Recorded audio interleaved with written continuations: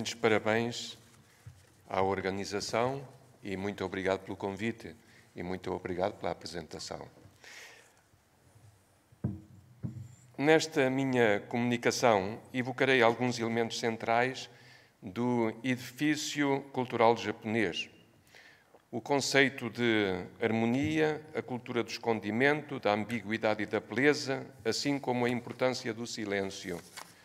Prosseguirei com uma referência à denominada tripla insensibilidade do povo japonês e terminarei com algumas atitudes práticas de diálogo entre o cristianismo e a tradição japonesa shintoísta e budista no que se refere aos ritos funerários. Tudo isto não em 2 horas, mas sim em 15 minutos ou 20 minutos. Muito obrigado. A cultura e a vida social japonesas estão centradas no conceito de harmonia com os outros, tanto os vivos como os mortos. A harmonia com os deuses e com a natureza também é central nesta concepção de vida. A harmonia em japonês é wa. Wa, uma expressão tão breve que possui uma força e um sentido que percorrem toda a cultura japonesa como um caminho de luz. Portanto, o A é sobre harmonia, inclusivismo, corporativismo e equilíbrio entre pessoas, grupos, natureza, antepassados, deuses e religiões. Há 3 elementos que têm ressonância na estética da Sen-no-rikyu. Sen-no-rikyu foi o grande reformador da cerimónia do chá, segunda metade do século XVI. Esses 3 elementos são escondimento, ambiguidade e beleza. Escondimento tem a ver com a forma como os japoneses, em parte devido às perseguições e ao longo isolamento, escondem os seus mais profundos pensamentos e sentimentos. É muito difícil decifrar o pensamento de um japonês pela observação da expressão do seu rosto.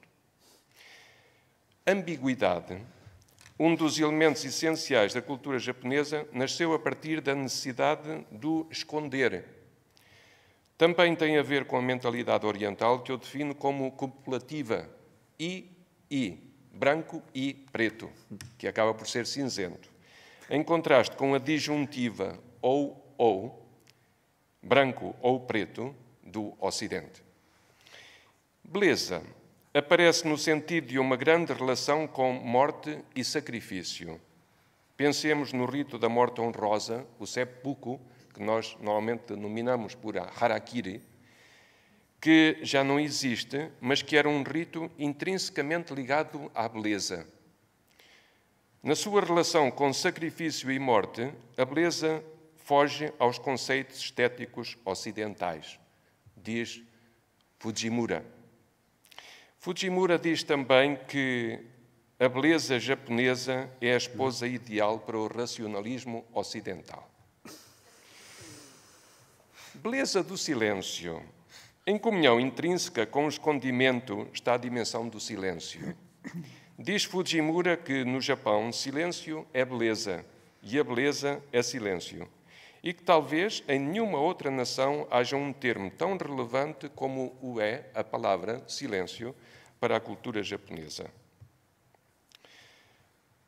A cultura japonesa é, pois, cultura do silêncio. Este é um facto que necessita de longa reflexão, pois ao indivíduo é requerida a capacidade de conservar os seus pensamentos no interior por causa do bem-estar dos outros, tal como vimos, por causa da harmonia.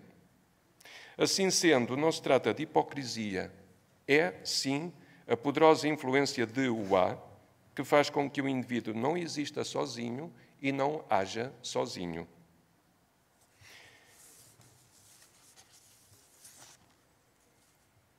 E passamos já à segunda parte,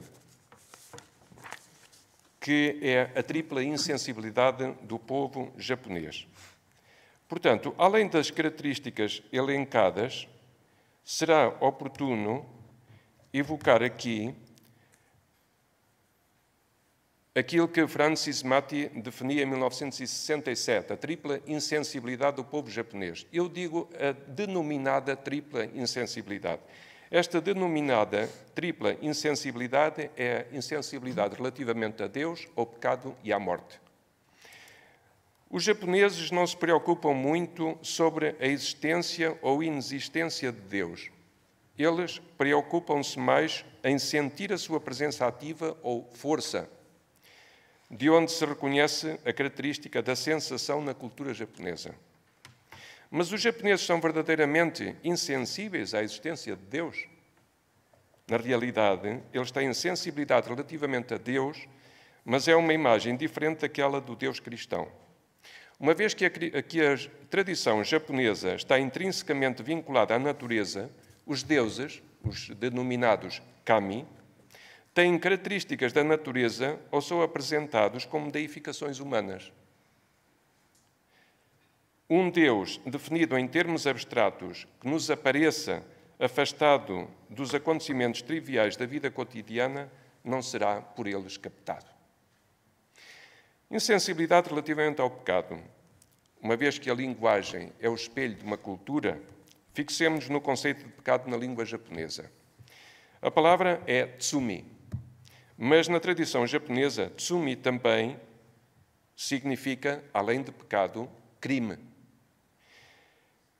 E encerra em si a consciência de vergonha, de pudor, baseado no respeito humano, o que revela grande influência do mundo das obrigações sociais e responsabilidades de cunho confuciano.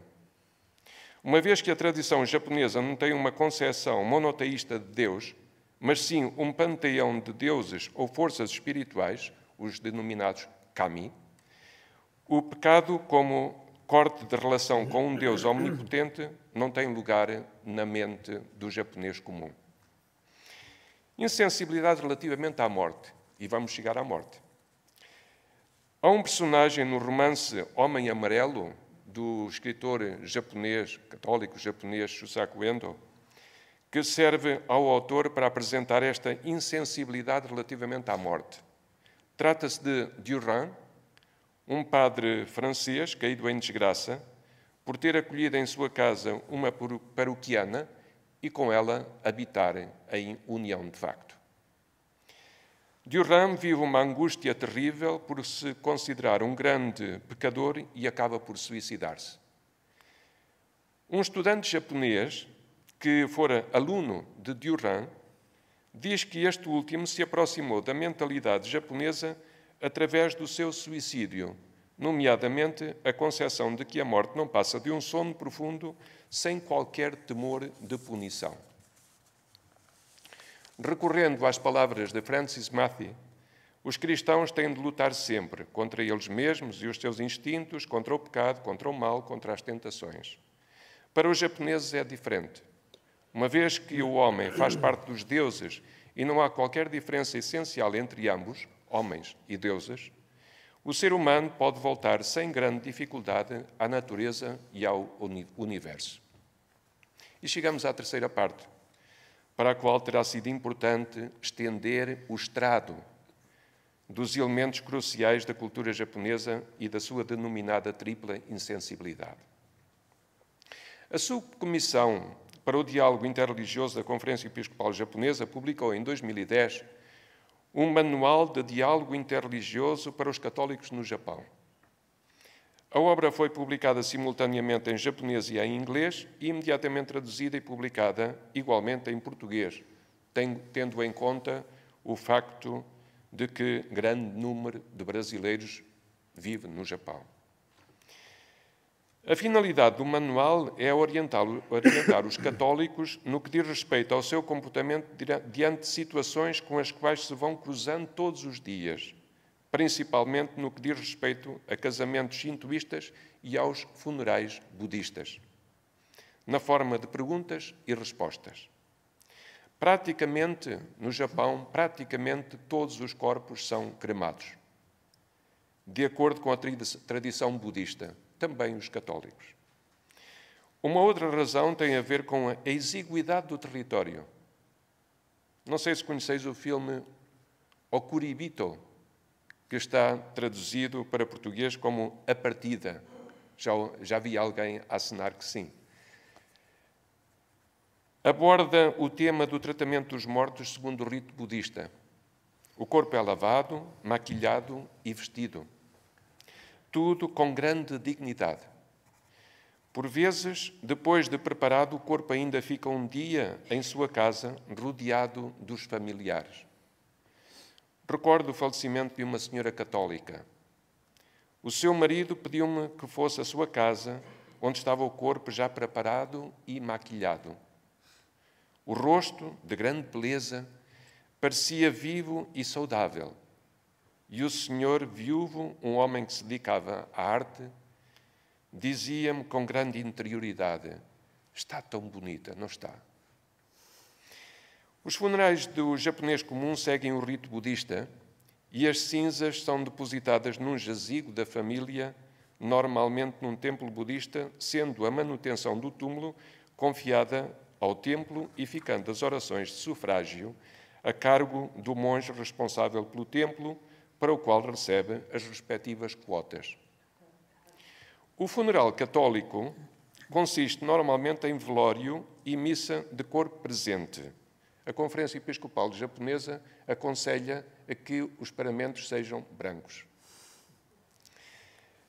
No final, o caixão é colocado no carro funerário com grande delicadeza, e sublinho, grande delicadeza, faz-se uma inclinação e parte-se em procissão para o centro crematório. Chegados aí, faz-se uma oração de despedida, procede-se à oferenda de flores e acompanha-se o carrinho que leva o caixão até ao forno crematório.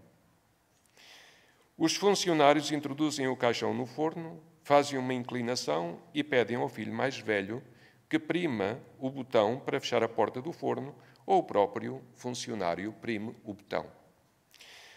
À família é dito a que horas poderão ir buscar as cinzas, que depositam no cemitério da paróquia ou em algum cemitério cristão. Por vezes, a família leva as cinzas para casa durante algum tempo. Aos 7 dias e aos 50 dias, estes 50 dias derivado da tradição budista de 49, 7 vezes 7, 49, 50 dias, faz-se a celebração da memória denominada Meinichi. Se as cinzas da pessoa falecida ainda não tiverem sido depositadas no túmulo ou no ossuário, celebra-se em redor do recipiente com as cinzas e estas são, após a celebração, depositadas. A partir daí é costume celebrar-se o aniversário de falecimento. Normalmente é uma forma de a família se juntar e confraternizar num almoço demorado.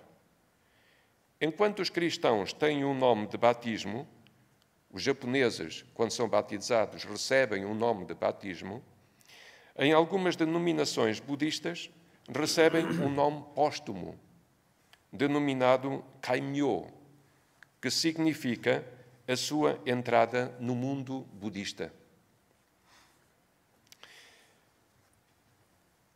No referido manual, controlar as horas, quanto tempo me falta?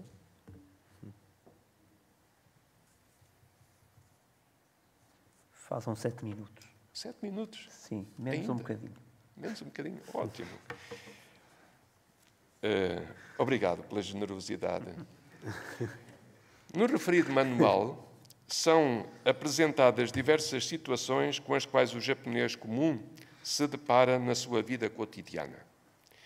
Qual o diálogo possível quando os familiares são membros de diferentes tradições religiosas e se deve cuidar do túmulo dos antepassados?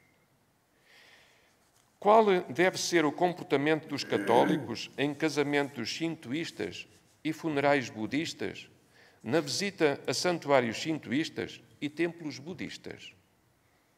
O que é que se espera de um católico na relação com os ritos culturais que derivam da tradição shintoísta ou budista, tais como festivais, culto dos antepassados, altar budista? Perguntas práticas e respostas concisas. De entre as 88 perguntas do manual, 28 estão diretamente relacionadas com os ritos funerários. O culto dos antepassados, a manutenção dos túmulos e a morte em geral, o que demonstra a importância do tema. relação com os mortos, há um elemento muito importante que é entendido com relativa facilidade ou intuído pela cultura japonesa, a dimensão da comunhão dos santos. Aquela comunhão que não está limitada no tempo nem no espaço. Este elemento pode entrar naquilo que referi sobre a harmonia com os outros, tanto os vivos como os mortos. No Japão, fui muitas vezes à casa de um paroquiano vivo, vivo sim, um paroquiano viúvo que vivia sozinho. Ele recebia a comunhão diante do altar. Há nas casas japonesas a tradição de manter um pequeno altar doméstico budista, denominado Butsudan, que alguns cristãos adaptam trocando os símbolos budistas por símbolos cristãos. Algo que está previsto, tal como se refere na questão número 21 do manual, para quem quiser confirmar. Como dizia, ele recebia a comunhão diante deste altar, na sua sala de estar, onde havia, além de um crucifixo e uma imagem da Virgem Maria, a fotografia da sua esposa e os nomes dos seus antepassados falecidos. Uma forma de perpetuar a memória e de se concentrar nas raízes da sua cultura e da sua identidade. Seguindo o espírito do Concílio Vaticano II, devemos sempre fazer um grande exercício de escuta para podermos apreciar os profundos sentimentos religiosos e a espiritualidade dos japoneses na sua prática de veneração dos antepassados. Tradição essa que tem profundas raízes na tradição confuciana, oriunda da China. Embora não se possa ignorar aquilo que é fruto, muitas vezes, de ingênua superstição, muitos dos seus rituais para os mortos são derivados do amor e do respeito que os japoneses nutrem pelos seus antepassados e estão alicerçados na solidariedade emocional da família, que é essencial, como vimos. No nosso exercício de escuta e de abertura ao diferente, teremos de analisar sempre à sombra dos elementos constituintes da cultura japonesa, e por isso é que eu coloquei este alicerce no início.